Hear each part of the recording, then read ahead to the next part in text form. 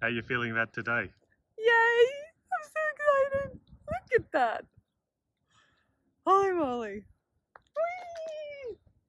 Micro weddings are getting a lot more popular, meaning that many people choose to have smaller weddings perhaps than we used to in the olden days. Now, I actually got married just over 2 months ago to my soulmate and the love of my life, and I wanted to share with you the micro wedding that we chose and give you some tips to hopefully inspire you for the wedding planning you might be doing. So let's dive in. Well, hello there and welcome back to the channel. I'm so excited that you're here, and today we're going to talk about love and wedding planning. As someone who's very naturally organized myself, I did really dive into this wedding planning head first. But I did also realize that even if you're planning a really small micro style wedding, there are lots of decisions to be made.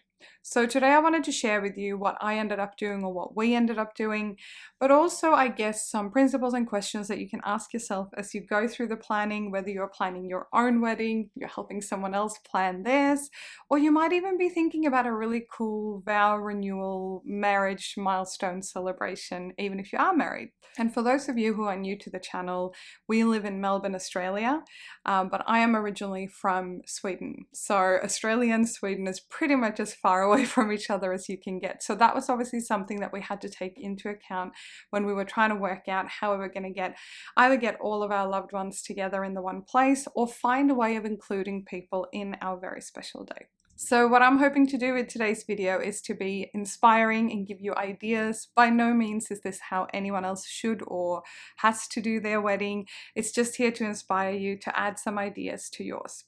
So before we get into all the juicy stuff in the wedding planning, I wanted to share two quick things with you. Firstly, not everyone wants to get married, and that's totally fine. If that is you watching this video going, I'm not really interested in getting married, that is totally fine. Watch this video for inspiration if you're a bridesmaid or something like that for somebody else. But I fully acknowledge that a lot of people are not interested in the institution or the ritual of marriage, and that is totally fine. For a very long time, it's not that I was ever against getting married, but for a long time it wasn't really something I deeply wanted. And obviously 5 years ago, Paul walked into my life, and 3 years ago we got engaged. And it feels so natural. I feel really excited to call him my husband. And for us, the micro wedding that we planned was a really beautiful milestone in our relationship and a day that we will always remember. But I fully acknowledge that weddings and getting married is not that something that everyone wants. In fact, in Sweden, where I'm from, we have a concept called sambo. Sambo basically means that you are de facto partners living together. You might even have kids together, but not having any intention perhaps of getting married down the track. So you choose what works for you. And if you are wedding planning, remember as well that if you have people in your life where getting married or things like that is not important to them, that might reflect how willing they are to help you or how excited they are about helping you plan your wedding. Second up is obviously the concept of religion or faith. And I'm going to say up front that our ceremony, we are not religious at all, neither my partner or I. But I know that for those of you out there watching this video who are religious, it is fully possible to do a religious type micro wedding if that is something that you want. But you obviously, like anything in life and anything minimalism, choose what works for you. But I thought I'd just mention that because obviously faith-based ceremonies, etc., will add some structure and some format perhaps to how your wedding day will run and how those ceremonies will fit into whatever format you choose for your wedding. So I have a few very specific tips for you, but I think a guiding principle for either a micro wedding or any other type of wedding is to do what works for you and your significant other. This is your day, and let's face it, in the modern world today, most couples actually pay for their own wedding, meaning that you are going to pay and invest both energy, time, and money in planning this wedding. So for goodness sake, make sure it's a day that you both want, and make sure that you listen mostly to what you two want, and then obviously take ideas and feedback from other people as it makes sense. But make sure that the people that are invited, the ceremonies that you have during your special day, are ones that make sense for the both of you. I hear so often that there is guilt and resentment and as people get further down the wedding planning route, that they start accommodating requests of inviting people that they don't want there for a range of reasons. So just give yourself permission, if you need to hear this today, give yourself permission to choose what it is that you want and be really clear on the non-negotiables that you two have. Everything else can kind of come later. So, and that's actually a question that I kept asking myself, because as you go through the planning, you may very well find yourself forgetting or straying a little bit to the side. So bring yourself back by the simple question, is this what I want? Is this what we want?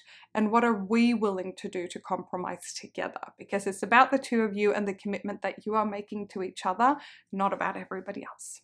So when you've worked out that really important piece, which is what you guys want, and continuously giving yourself the permission to go for what it is that you want for your big day, it's time to start thinking about the plan. And I found that these 4 key steps were really, really helpful for me. The first one being the format, second one being the location, third one being budget, and the fourth one being timing. Now, naturally, you've probably started thinking about these already, but it can be really easy to get overwhelmed and feel like you're just going around in circles with these. So if it's helpful for you, what I actually found is that this was a very ongoing discussion for us. Yes, in some instances you can make very quick decisions, but I also did find that sometimes we needed to have a chat about things, sit with them, and then kind of come back together to make a decision that worked for us. So key questions that we asked ourselves was like, how many people would we like there at the ceremony? Do we want an indoor or an outdoor ceremony? Do we want my family, because obviously my family is all the way over in Sweden, Paul's family is mostly here, and we have a lot of friends spread between Sweden, Australia, and other countries. So we had to have a think about not only the size of the wedding, but the people that we kind of wanted to have there. So what we ended up doing for the format of our wedding, because we both love travel and adventure, is that we'd already decided that we wanted a small ceremony. So we decided that why not go and do that ceremony in the location where we want to start our honeymoon. So we decided to go for an elopement package through a small company based in Queenstown, New Zealand on the South Island. It's about a 3-hour flight from Melbourne, so it wasn't too far comparatively. And I'd never been to New Zealand. Paul had been before, but never to Queenstown. And it was a really cool experience because I found this small company locally that could help us make the day happen, make it a lot easier, organize a celebrant, etc. And we could have that experience and then kick off our honeymoon from Queenstown. Naturally, we also did want to celebrate with friends and family, so we did a couple of things. So one, we decided to have a party after we got back to Australia. So we invited, I think it was about 25-30 people in the end, to a small function with some music and good food and things like that. And we were actually able at that party to share some of the photos and videos that we took in New Zealand during both the wedding and the honeymoon. So that was really special to get to share with our closest family and friends here. And we will do a small similar party when we get to Sweden, hopefully next year. In addition to this, you may want to bring people along for the journey. So what I decided to do, and Paul was really on board with the idea, is to have a blog where we could share in the lead up to the wedding. We could share, stories about us for those who hadn't heard them yet. We could share the planning process, and we also shared photos from the wedding day itself and also from the honeymoon. And doing that through a blog, just a free blog, you can get it online for no, whatever platform you prefer. But it was really cool because no matter how tech savvy people are, if you have just a URL link, it doesn't matter what social media account they have, and you can even password protect the blog as well if you want to. So it was really, really cool, and we felt so excited to share the journey, both the lead up to the wedding and during and after the wedding, and people commenting and sharing the journey with us. And the really cool bonus as well is to have this blog almost like a little archive for us to look back on and remember the beautiful trip that we had, the wedding, and all the beautiful comments that people left for us. So I can highly recommend not getting too fixed in the format and exploring different ideas, because you could say that, well, Amy, no one got to come to your wedding. Well, in a way, everyone got to come because we were able to invite the people along and share that link and that blog and those memories with the people we really wanted. So next up, we want to think about the location. So with the format that we picked, with a ceremony in one location and then a party in another location a few weeks later, I naturally had to work out both the costing and the availability for two totally different types of locations. But we were very lucky when we started to look at New Zealand as a potential place to get married. I started to look at different cities. I did a quick good old Google search and started to see that there were a lot of locations in and around Queenstown, mountaintops, lakes, forest, etc., that were part of various sort of elopement style packages. And I loved the photos. I showed them to Paul, and we both really liked the idea of kind of honing in on Queenstown as a location. So that was a fairly easy decision actually to make for us, because we are very outdoorsy, and early on I knew that I would love to have an outdoor kind of more nature themed ceremony. And then on the other hand, I obviously needed to sort out a location for the party itself that we were going to have when we were getting back, because we only had a few weeks back in Australia before we wanted to have that party, and you obviously want to invite the nearest and dearest so that they have a time to come and join you as well. So what we ended up doing, or what I ended up doing mostly, is to get a few quotes. We knew early on that we wanted to have a small party, so about 30 or so guests. So I started to get quotes from various places that fit that bill size-wise, and then started to look at the different formats and what they offered in terms of food, drink, entertainment, etc. So it didn't actually take very long, and I guess for transparency purposes, we really only started to plan our wedding kind of October, November 2022, and we got married early March 2023. So depending how flexible you are, you can actually find your location reasonably easily. But obviously the shorter your time span, we'll talk about timing later, the shorter your time span, the more flexible you might need to be if your location or your venue is not available. I should probably mention as well that our wedding ended up being on a mountaintop just outside Queenstown. It's a location called Cecil Peak, which, if you've been to Queenstown, it's the big mountain that you see straight from town. And it was never our original plan to have to come in a helicopter to our wedding. But it was one of those things when we started to look at the different locations that were available in Queenstown, and quite a few of the companies who do these sort of elopement style weddings, and some of them are very budget friendly, it was a very minor extra cost to actually take a helicopter up to a mountaintop versus getting married at the lake. And I said that to Paul. I was like, would this be a cool thing to do? Like, should we get married on a mountaintop? And we both just, we'd never planned it, but we instantly both kind of felt like it would be a really cool idea. And we're so grateful because the photos turned out absolutely spectacular. And other than it being a very windy location and a bit cold, it was just absolutely spectacular and a memory that really added to our day.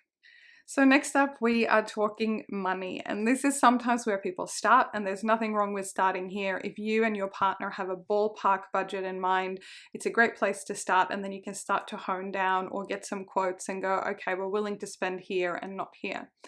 The main thing I would say is please don't go into debt to have the wedding of your dreams. If you can't afford it right now, maybe put it off for another year or two. There is nothing wrong with being engaged for a little bit longer if it doesn't mean putting yourself into debt. And when it comes to your budget, it's obviously good to know where you're willing to save and where you're willing to spend. So for example, I knew that I wanted to get my hair and makeup done and get some flowers delivered, so we didn't have to think about that at all, considering we were flying into a location where I'd never been before. So that was a little extra luxury that, you know, naturally you could have saved money on that if you wanted to. But for me, I think that was something that I wanted to treat myself with to make the day a little bit more special. When it came to things like my wedding dress, my shoes, and even Paul's clothes, we were quite willing to not splurge too much, and both of us really wanted to have clothes that we would like to wear again and that we felt really comfortable in. As you would have seen, my wedding dress was actually blue. I knew early on that I did not want a white dress just because white is not my color, and I really love this kind of royal deep blue. So I set out to find a wedding dress And finding a blue lace dress, I tell you, it's not easy. So I ended up buying this one online and it actually was really cheap. So my shoes and my dress, A, I will wear them again. B, they were so comfortable, but they actually cost about $200 all up for my entire outfit. And I think that's a pretty affordable outcome. Naturally, you could go even cheaper than that as well. Same thing for the rings. We actually ended up buying our rings a good 6 months or so in advance when we were kind of shopping around and we found a really good deal on our rings. So things like that of spreading the purchases out can also really help you with your budget. But don't stress out too much if when you start getting quotes, things are more expensive than you thought. All that means is that you have to sit down, and this is probably the only spreadsheet I had for the whole wedding was the budget, where I put the quotes in so that we could compare numbers, decide what was important and what we were happy to go without. And I think specifically about wedding dresses, one of the reasons that I picked the dress that I picked and that it's a cocktail length rather than a full length is that I really wanted something that I could wear again and enjoy wearing again. I have heard so many of my friends who've had beautiful wedding dresses on their wedding day that really suited them, but then they've never worn them again. And many of them will say to me, like, I really wish I had a dress that I could have repurposed or worn again for some particular reason. So if you're still planning what your dress is going to be, keep that in mind. Maybe you can have it, if you're doing a full length gown, maybe you can have it shortened to a T length and make it into a cocktail dress or something like that down the track. Because a lot of people get these beautiful dresses and then they only wear them once, which is a bit of a waste. And when you've got a rough idea of those other areas, obviously also start thinking about your timing. So timing is obviously a few different things. It's acknowledging if there's a particular date or milestone that's important to you. The more specific you are with your date, of course, the further ahead you usually need to plan to be able to book that location in. And depending how many guests you're planning to have, or if you want to fly all those guests away to another location, you do need to give people a decent runway. So what we did is that we didn't really have a particular date in mind that we needed to get married or wanted to get married. We did, however, know that we wanted to get married in New Zealand, which is in the Southern Hemisphere, which means that peak summer season is between December and January, or December and February. And because we wanted to go camping in a camper van on our honeymoon, we knew that it would be more comfortable during the warmer season because they do get a fair bit of snow in New Zealand over winter. So I started looking at kind of late February or early March and getting some ideas from the various companies I reached out to when they would have availability. And we ended up securing the 2nd of March 2023, which was a Thursday. But I thought it was fun because it just randomly happened that way. And I guess it's going to be fairly easy to remember our wedding day, both for myself and my husband, in terms of the numericals. But yeah, essentially just look at what is important to you and the location you're going to. Look for things like weather. I know that if you wanted a mountaintop snow wedding in New Zealand, you would absolutely go a little bit later in the year because obviously there won't be any snow or there wasn't any snow around the time when we went. So picking the right time of year and the right timing is really important both for you, your partner, but also the number of guests that you're looking to have there as well. So how did the wedding day turn out in the end then? Well, you can probably tell by the smile on my face that it was absolutely magical. Did everything go perfectly to plan? Of course not. Nothing ever does.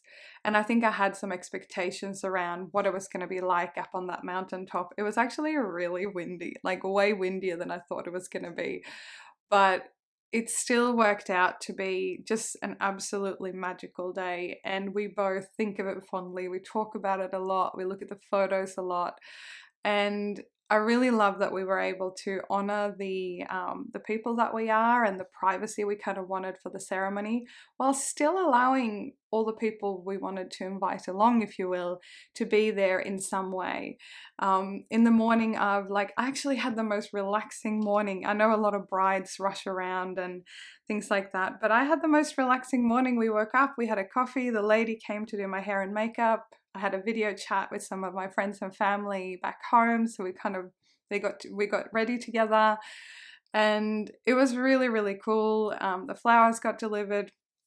we headed off to the airport to hop in the helicopter and go up and get married. And I feel like you blink on your wedding day. Let me know in the comments if this happened for you too, but I feel like you blink and the whole ceremony and photos and things like that only took about an hour all up. And then it was over and we headed off to have a beautiful meal at a restaurant and then headed back to our Airbnb for a glass of bubbles in the hot tub and looking out over the beautiful scenery around Queenstown. So if I had my way, if I could do it again, I wouldn't change a thing from our day. I also really loved that we kept the party as a separate party, and it also meant that we could share photos and videos and memories with the people who came. Well, we also had a really good dance party, and being Swedish, obviously there was a fair bit of ABBA on the playlist, I will admit. Some people will also say that weddings are a bringing together of families, and even though our families weren't physically there on the day meeting each other, etc., we felt so much love and support from everyone, and the fact that our families are in different countries did not at all stop us from enjoying the day and sharing these beautiful memories with them. So if you're feeling torn, or if you're feeling like there's no way to make everybody else happy, go back to the very first tip that I talked about, which is making sure that you and your other half or your significant other are the ones that are happy with how the day is turning out for you. So let me know in the comments below though if you have any wedding planning tips that you would like to share. I always love sharing and learning from each other. And if you got married and you had a really stressful wedding day, please leave your advice of what you would not do next time for anyone in the comments who needs to learn that. All the best, and I look forward to see you in the next video.